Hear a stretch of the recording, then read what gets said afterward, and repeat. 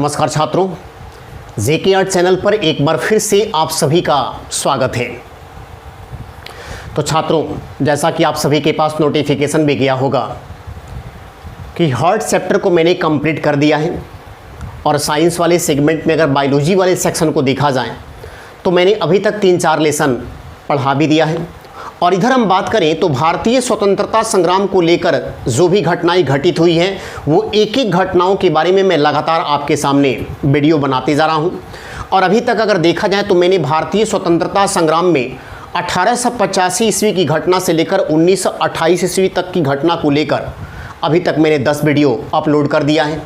तो जो छात्र मेरे यूट्यूब चैनल पर आज पहली बार होंगे उन छात्रों से मैं ये कहूँगा कि इस पूरे चैप्टर को, भारतीय स्वतंत्रता संग्राम चूंकि एग्जाम की दृष्टि से सबसे उपयोगी लेसन है, इस लेसन से संबंधित कोई प्रश्न आपसे छूट न जाए, इसलिए मैं चाहूँगा कि आप पहले के मेरे वीडियो को भी ज़रूर देख लेंगे। यहाँ पर याद रखिए कि मैं ऐसा नहीं कर रहा हूँ कि आज आप पढ़ेंगे, इस वीडियो से स्टार्टिंग करेंगे तो आपको कहीं दिक्कत होगा, जी नहीं। आप यहाँ से भी पढ़ेंगे तो बहुत अच्छे ढंग से आपको सारी चीज़ें समझ में आएगी। लेकिन मैं चाहूँगा कि आपका कोई क्वेश्चन न छूटे, इसलिए पहले के डाले गए वीडियो को भी जब आप देखेंगे तो पूरे चैप्टर पर आपका पकड़ बनेगा। और जब एक बार पकड़ बन गया तो फिर आपको एग्ज़ाम में किसी प्रकार की कोई दिक्कत नहीं होगी। मैं छात्रों ये भी कहूँगा कि आप वीडियो को देखते रहें, एंजॉय करते रहें, आप कंपटीशन के लेवल को बेहतर बनाइए और साथ ही साथ मेरे लिए भी थोड़ा सा काम करते रहिए कि आप वीडियो को छात्रों के बीच शेयर करते रहिए ताकि अन्य छात्र भी इस वीडियो का लाभ उठा सके। तो आइए आज हम भारतीय स्वतंत्रता संग्राम का 11वां वीडियो आज बनाने जा रहे हैं। और आज की जो घटनाओं का मैं जिक्र करूँगा वो घटनाएँ रहेगा साइमन कमीशन से आगे की घटना। जैसे कि अगर आप मेरे 10वें पार्ट को देखे होंगे इस भारतीय स्वतंत्रता संग्राम का, तो 10वें पार्ट में मैंने साइमन कमीशन कानून के बारे में बताया था। और मैंने बताया था कि किस प्रकार से साइमन कमीशन कानून भारत में आता है और भारत में आने के साथ ही उसका विरोध शुरू हो जाता है। और इसी विरोध का परिणाम बनता है कि भारत के महान स्वतंत्रता सेनानी लाला लाजपत राय को लाठियों से बुरी तरह से पीटा जाता है और उसी के चलते घायल होकर उनकी मृत्यु होती है। ये अलग बात है कि लाला लाजपत राय की मृत्यु का बदला भगत सिंह, राजगुरु और चंद्रशेखर आज़ाद जैसे क्रांतिकारियों ने लिया था। लेकिन भारतीय स्वतंत्रता संग्राम में साइमन कमीशन एक बहुत ही गलत कानून था भारतीयों के लिए।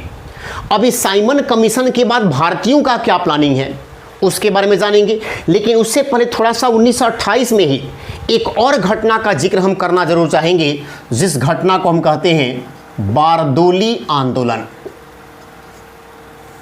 बारदोली आंदोलन, अगर बारदोली आंदोलन की बात की जाए तो यह घटना भारतीय स्वतंत्रता संग्राम के दौरान घटित होता है 1928 ईस्वी में।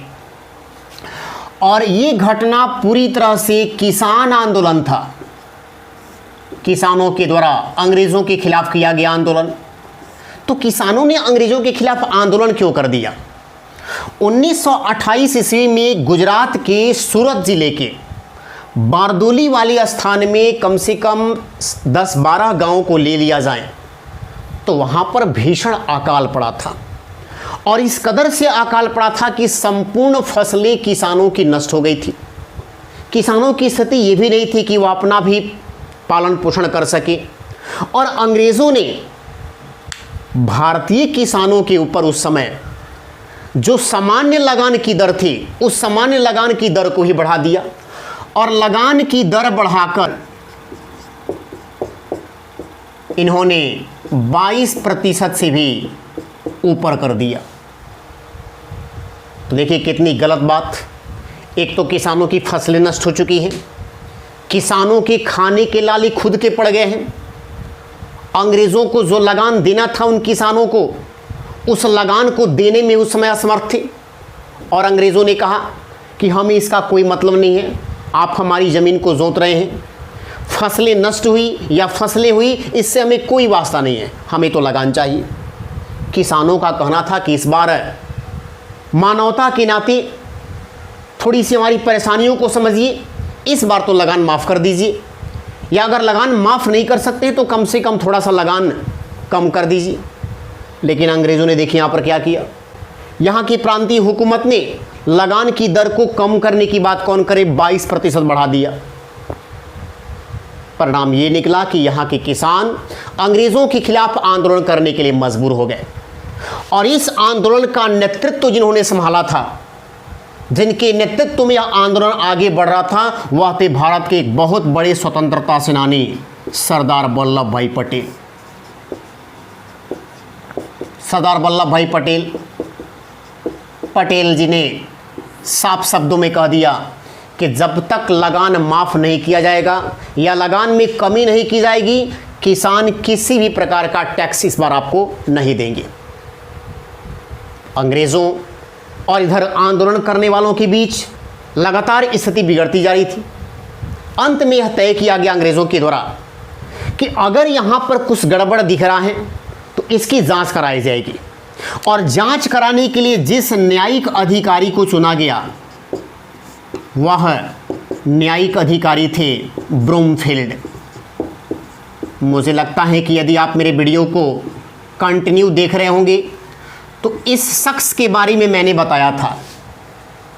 चौरी चौरा कांड के बाद यही वो बंदा था, यही वो न्यायिक अधिकारी था जिसने महात्मा गांधी को 6 वर्ष की सजा दी थी, यह कहते हुए कि चौरी चौरा कांड जैसे घृणित अपराधों को आपके द्वारा ही अंजाम दिया गया है। लेकिन इसने यह भी कहा कि गांधी जी, आप इतने लोकप्रिय हैं, आपको लोग भगवान की तरह मानते हैं।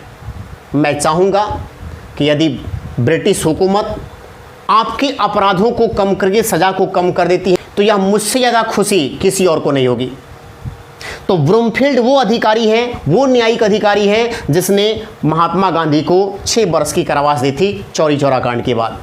और यही वो न्यायिक अधिकारी इस जांच के लिए बैठाया जाता है कि यहाँ पर जो आंदोलन हो रहा है उसमें किसानों की गलती है या फिर अंग्रेज़ों की तरफ से गलती हो रही है।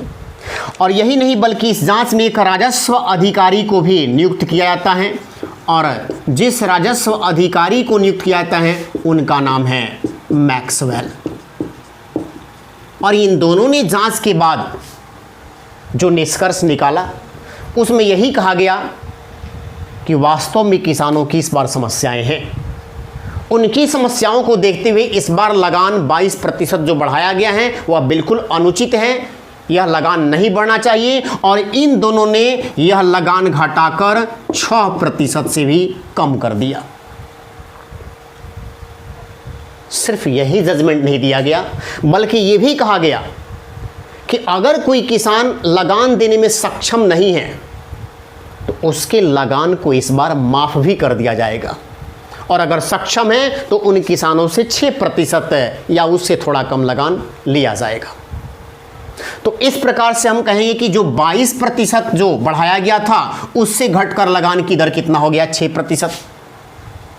और इसकी सफलता का सारा श्रेय जाता है इन किसानों का नेतृत्व कर रहे बहुत बड़े स्वतंत्रता सेनानी सरदार वल्लभ भाई पटेल को, क्योंकि इस आंदोलन में पुरुष के साथ साथ महिलाएं भी शामिल थीं। और इस सफलता से खुश होकर बारदोली आंदोलन से जुड़ी हुई महिलाओं ने सरदार वल्लभ भाई को एक उपाधि दिया, और वह उपाधि कौन सी दी गई, सरदार की उपाधि। तो याद रखिएगा, ये पूछेगा कि सरदार की उपाधि किसके द्वारा दी गई, तो बारदोली आंदोलन से जुड़ी हुई महिलाओं के द्वारा दी गई थी। एक बहुत बड़ा क्वेश्चन है यहाँ से, और कई बार एग्जाम में आ चुका है कि वल्लभ भाई पटेल को सरदार की उपाधि किसने दी थी, तो सरदार की उपाधि दी गई थी बारदोली आंदोलन से जुड़ी हुई महिलाओं के द्वारा। और किस बात को लेकर, तो बारदोली आंदोलन को सफल कराने को लेकर। तो ये 1928 की घटना है। 1928 में साइमन कमीशन की भी घटना हुई थी। अब आइए थोड़ा सा हम इस घटना से आगे बढ़ें, और अगले घटना की तरफ जो हम बढ़ेंगे वह घटना भारतीय स्वतंत्रता संग्राम के इतिहास में एक निर्णायक मोड़ साबित करता है। और ये ऐसी घटना रही जिस घटना के बाद अंग्रेज भी आश्चर्यचकित हो गए थे कि भारतीय इस प्रकार की कार्रवाई भी कर सकते हैं। और हुआ क्या, आइए उसको जानते हैं। लाहौर अधिवेशन कांग्रेस पार्टी का चल रहा है, और कांग्रेस पार्टी का ये लाहौर अधिवेशन 1929 में बुलाया गया। वार्षिक सम्मेलन हर साल कांग्रेस पार्टी का होता था। 1929 ईस्वी में वार्षिक सम्मेलन कांग्रेस पार्टी का कहाँ हुआ था, लाहौर में। और इस लाहौर की बात अगर की जाए तो ये लाहौर जो है रावी नदी के किनारे है। इसी रावी नदी के तट के किनारे लाहौर अधिवेशन हो रहा था 1929 ईस्वी में, जब पार्टी के उस समय अध्यक्ष थे जवाहरलाल नेहरू। तो ये भी याद रखेंगे कि लाहौर अधिवेशन की अध्यक्षता किसने की थी? जवाहरलाल नेहरू ने। और नेहरू जी ने यहां पर कौन सा ऐसा काम किया जिसके चलते लाहौर अधिवेशन इतना फेमस हो गया? तो यहां पर दो बातें हुई थी, और दोनों बात भारतीय स्वतंत्रता संग्राम के इतिहास में एक बहुत बड़ी घटना माना जाता है। और वो घटना क्या क्या हुआ था? तो पहली घटना यहां पर घटित होती है कि जवाहरलाल नेहरू ने 31 दिसंबर 1929 को मध्य रात्रि में, दिन में नहीं, मध्य रात्रि में भारत का झंडा फहरा दिया। ये देखिए कितना बड़ा हिम्मत का काम। लाहौर में रावी नदी के किनारे लाहौर अधिवेशन में जवाहरलाल नेहरू के द्वारा 31 दिसंबर 1929 ईस्वी को मध्य रात्रि में भारत का झंडा फहरा दिया गया। अब इससे बड़ा दुस्साहस कोई कर नहीं सकता है। जहां देश गुलाम है और आप गुलाम होकर यदि अपने देश के झंडे को यहां पर फहरा रहे, तो इसका मतलब ये आप दिखाने की कोशिश कर रहे हैं कि हम गुलाम भारत में भी आज से आज़ाद हो चुके हैं। आप जबरन आज़ादी लेना चाहते हैं और इसी को वहां पर प्रदर्शित करने का काम पहली बार किया गया कि आज से हम आज़ाद हो गए। तो ये बहुत बड़ा हिम्मत वाला काम यहां पर कांग्रेस पार्टी की द्वारा किया गया। अब देखिए दूसरी बात कौन सी हुई? इसी लाहौर अधिवेशन में झंडा फहराते हुए जवाहरलाल नेहरू ने पहली बार एक नए शब्द की यहां पर मांग कर दी कि हमें चाहिए पूर्ण स्वराज। तो ये क्वेश्चन कई बार एग्जाम में आ चुका है कि पूर्ण स्वराज की मांग सबसे पहले कब हुई थी? तो याद रखिएगा, पूर्ण स्वराज की मांग सबसे पहले हुआ था 1929 ईस्वी को, और यह मांग करने वाले व्यक्ति कौन थे? जवाहरलाल नेहरू। थोड़ा सा मेरी बातों को ध्यान से सुनिएगा। भारतीय राष्ट्रीय आंदोलन के दौरान, भारतीय स्वतंत्रता संग्राम के दौरान एक और घटना घटित हुई थी 1906 ईस्वी में। और 1906 ईस्वी में जो घटना घटित हुई थी वह अधिवेशन था कांग्रेस पार्टी का कलकत्ता अधिवेशन। उस कलकत्ता अधिवेशन में दादा भाई नौरोजी के द्वारा पहली बार स्वराज की मांग किया गया था। याद रखेंगे, स्वराज। और यहां मांगा गया एक नया शब्द लगाकर पूर्ण स्वराज। तो दोनों में अंतर हुआ। अब अगर स्टूडेंट इस अंतर को नहीं समझ पाते हैं और क्वेश्चन ऐसे आ जाता है, तो दोनों का मतलब वो एक ही समझ लेते हैं कि शायद एक ही बात है, पूर्ण स्वराज कहिए स्वराज कहिए, लेकिन दोनों में काफ़ी अंतर है। स्वराज की मांग करने वाले थे दादा भाई नौरोजी 1906 ईस्वी कलकत्ता, लेकिन यहां पर पूर्ण स्वराज की मांग करने वाले थे जवाहरलाल नेहरू। जगह था लाहौर और यह समय था 1929। काफ़ी बात की बात है।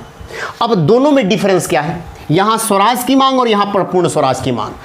तो नौरोजी जी के द्वारा जब स्वराज की मांग की गई थी, तो यहां इसका अर्थ था कि अंग्रेजों के बराबर हमें आर्थिक समानता दी जाए। एक ही डिपार्टमेंट में, एक ही ऑफिस में अगर भारतीय भी काम कर रहे हैं, अंग्रेज भी काम कर रहे हैं, तो फिर दोनों को बराबर वेतन मिलना चाहिए। आप ये कहकर अपनी बातों से मुकर नहीं सकते हैं कि आप मेरे गुलाम हैं, गुलाम होकर काम कर रहे हैं तो आपको वेतन कम देंगे। तो पहली बार आर्थिक रूप से भारतीयों को बराबरी का स्थान देने की बात कही गई थी अंग्रेजों के सामने, और यह मांग करने वाले थे दादा भाई नौरोजी। लेकिन यहां पर जवाहरलाल नेहरू के द्वारा जब पूर्ण स्वराज की मांग किया गया, तो इसका मतलब यहां पर आर्थिक समानता नहीं था, यहां पर सीधा मतलब था आज़ादी। हमें आज़ादी चाहिए, पूर्ण स्वराज चाहिए, पूरी आज़ादी चाहिए, हमें अपना शासन चाहिए। अंग्रेज़ों तुम इस देश को छोड़कर चले जाओ, तुम्हें इस देश को छोड़कर जाना पड़ेगा। तो एक बहुत बड़ी घटना थी।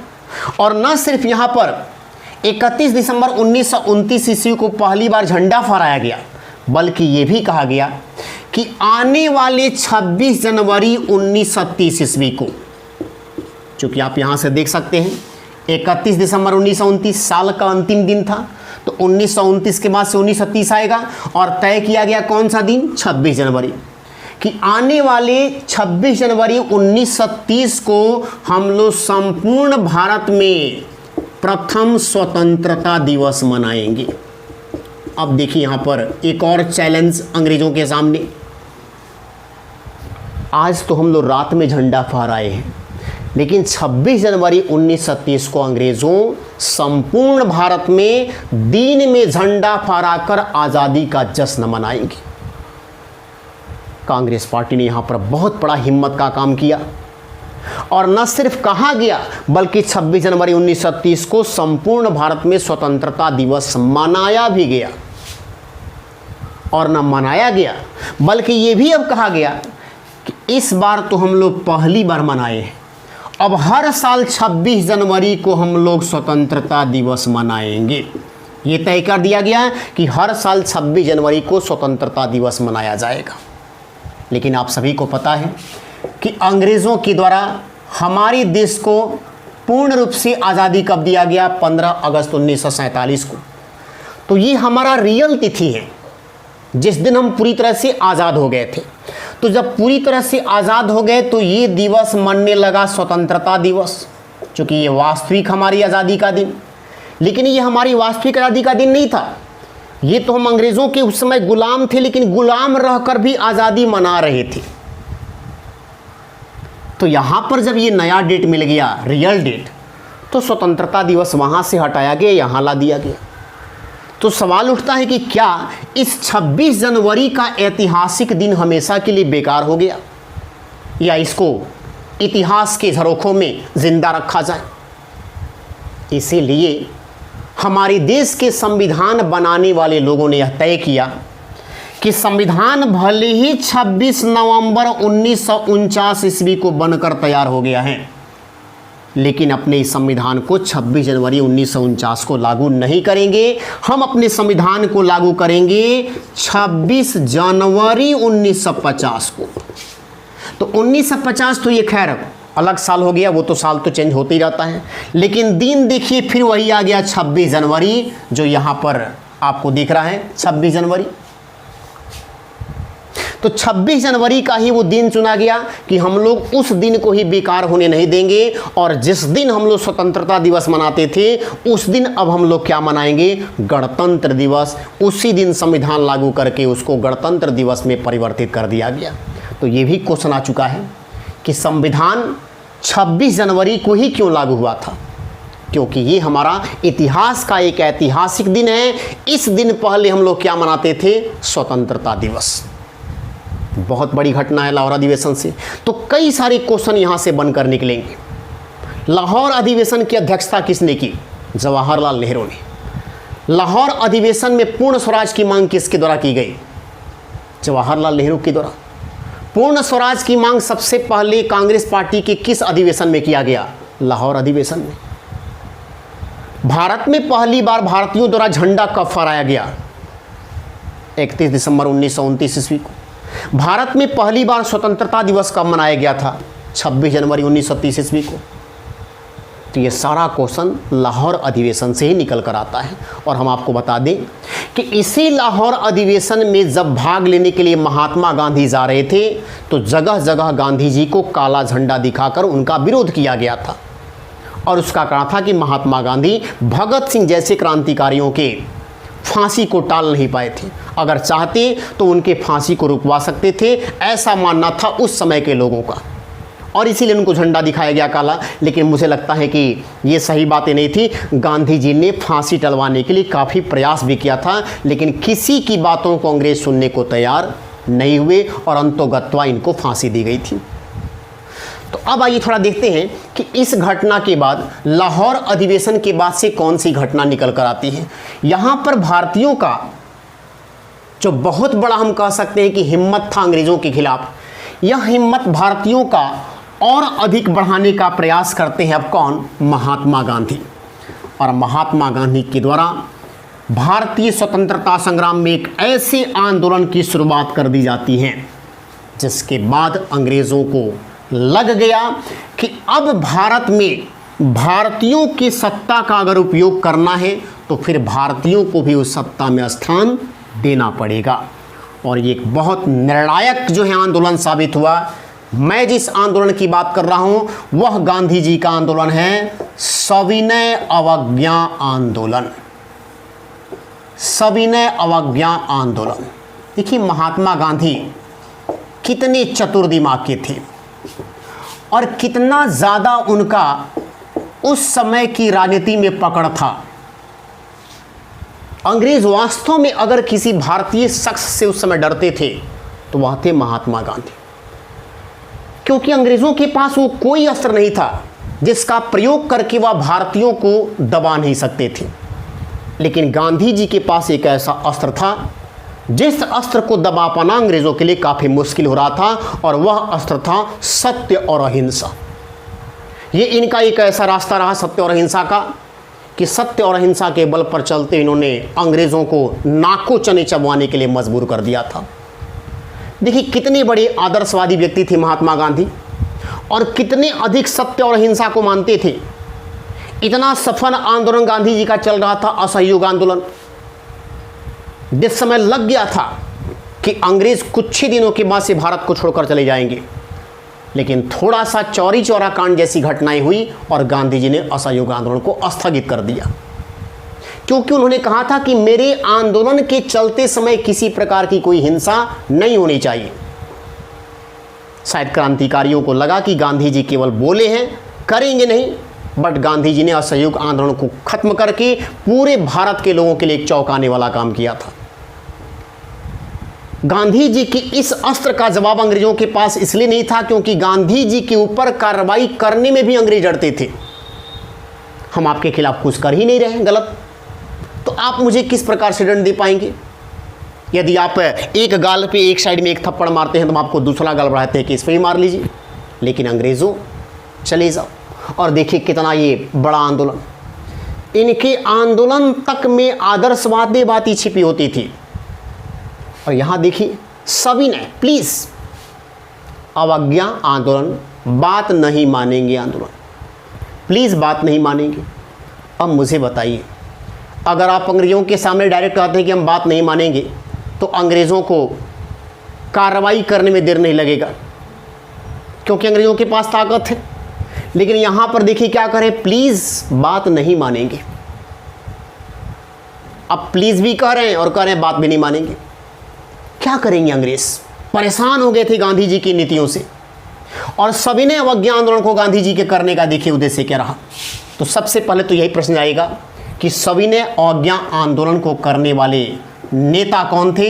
याद रखेंगे, महात्मा गांधी। अब कौन सी बात नहीं मानेंगे? तो इन्होंने इस आंदोलन में क्या किया? इनका कहना था कि हम नमक कानून तोड़ेंगे, नमक कानून तोड़ेंगे। यही इसमें तय किया गया। और क्यों ऐसा तय किया गया? ध्यान से सुनिएगा मेरी बातों। भारत के गवर्नर लॉर्ड इरविन जब भारत का गवर्नर बनकर आता है तो भारत आते ही आते उसने कई ऐसे फैसले किए जो भारतीयों के खिलाफ था। इन्हीं फैसलों में इन्होंने भारत में बड़े पैमाने पर शराब की कंपनियां स्थापित करने की बात कर दी। और वो शायद इसलिए कि भारत में निम्न वर्गीय जो भी लोग हैं जो कारखानों में काम करते हैं, और कारखानों में काम करने के बाद शाम को जो उनको पैसा मिलता है, जिस पैसे को ले जाकर अपने घर की रोजी रोटी का जुगाड़ करते हैं। दिन भर के थके हारे रहेंगे मजदूर, रास्ते में जगह जगह शराब की दुकानें रहेगी। अपने थकान को दूर करने के लिए सारा पैसा शराब की दुकानों पर दे देंगे, शराब पी लेंगे, घर जाएंगे, मारपीट होगा, डेली कलह होगा घर में। अंग्रेजों का पैसा अंग्रेजों के पास ही रह गया। तो एक बहुत बड़ी चाल लॉर्ड इरविन की। दूसरा, इन्होंने यह तय कर दिया कि समुद्र के किनारे रहकर जो लोग भी भारतीय नमक का कारोबार करते हैं वो भारतीय अब नमक का कारोबार नहीं करेंगे, नमक का कारोबार अब अंग्रेज करेंगे। और भारतीयों को अंग्रेजों द्वारा बनाए गए नमक को खरीदकर खाना पड़ेगा। अब इससे नमक उद्योग से जुड़ने वाले जो भी भारतीय थे उनके सामने रोजगार की एक बहुत बड़ी समस्या उत्पन्न हो गई। तो ये कुछ ऐसा काम लॉर्ड इरविन ने कराया जिसका विरोध भारत में शुरू हो गया, भारत में कलह बढ़ गया। और इसी समय गांधी जी ने सविनय अवज्ञा आंदोलन शुरू किया कि हम इस नमक कानून को तोड़ेंगे, भारतीय समुद्र से नमक नहीं बना सकते हैं, लेकिन मैं समुद्र से नमक बनाकर इस कानून को तोड़ूंगा। और इसी नमक कानून को तोड़ने के लिए महात्मा गांधी जी के द्वारा सविनय अवज्ञा आंदोलन के दौरान ही दांडी मार्च यात्रा किया गया। दांडी मार्च यात्रा इतिहास का एक स्वर्णिम अध्याय जुड़ गया था गांधी जी के जीवन में। और कैसे जुड़ गया? क्योंकि दांडी मार्च यात्रा पूरी तरह से नमक कानून को तोड़ने के लिए गांधी जी द्वारा किया गया था। अब इससे संबंधित प्रश्न कैसे आएंगे? तो सबसे पहले आपसे ये क्वेश्चन पूछा जाएगा कि दांडी मार्च यात्रा की शुरुआत कब हुई थी? यात्रा की शुरुआत, तो याद रखेंगे यात्रा की शुरुआत हुआ था 12 मार्च 1930 को। और किस जगह से? तो इनके राजनीतिक कार्यालय साबरमती आश्रम से। तो यात्रा की शुरुआत 12 मार्च 1930 को हुई। और यदि हम यात्रा का अंत बोले तो यात्रा का अंत होता है 6 अप्रैल 1930 को। और ये जगह था दांडी। साबरमती भी गुजरात में है, दांडी भी गुजरात में है। ये दांडी समुद्र के किनारे था जहां पर 6 अप्रैल 1930 को महात्मा गांधी पहुंचे थे।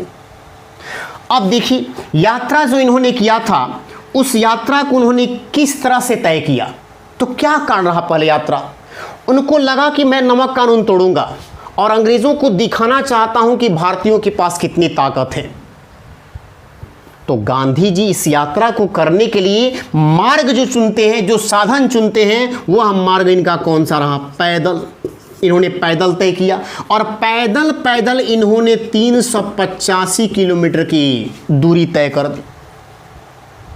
अगर गांधी जी चाहते तो किसी ट्रेन में बैठकर आराम से दांडी पहुंच सकते थे और वहां पे जाकर नमक कानून को तोड़ सकते थे, नमक बनाकर। लेकिन गांधी जी को लगा कि यदि हम ट्रेन से यात्रा करके जाते हैं तो फिर ये इतिहास नहीं बन पाएगा। इसलिए इतिहास नहीं बन पाएगा कि जो लोग हमारे साथ ट्रेन में होंगे सिर्फ उतने ही लोग पहुंचेंगे। गांधी पैदल जाएंगे, गांधी गांव-गांव से होकर जाएंगे, गांधी कस्बों से होकर जाएंगे, गांधी शहरों से होकर जाएंगे, ताकि जाते समय इस हुजूम को जब लोग देखेंगे निश्चित है कि प्रश्न करेंगे कि महात्मा गांधी जी आप कहाँ जा रहे हैं। और जब मैं अपनी इस रियलिटी को बताऊंगा कि अंग्रेजों के द्वारा बनाए गए नमक कानून को मुझे तोड़ना है, तो जो लोग हमारी इस यात्रा में शामिल होना चाहेंगे वो भी यात्रा में शामिल हो जाएंगे। और यही कारण देखिए क्या रहा कि जब साबरमती से इन्होंने इस दांडी मार्च यात्रा की शुरुआत की थी तो यात्रा में केवल कितने लोग शामिल थे? 79 लोग। और ये 79 लोग थे शुरू में। कहाँ पर? साबरमती में। लेकिन जब ये दांडी पहुंचते हैं तो दांडी पहुंचते पहुंचते इतने लोग इस यात्रा में शामिल हो गए थे कि यात्रा करने वाले लोगों की गिनती कर पाना मुश्किल हो गया था।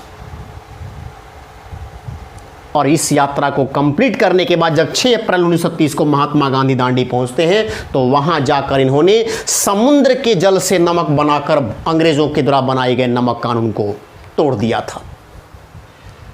तो यहां पर किस प्रकार की स्थिति बनी उसको जरा सुनिए।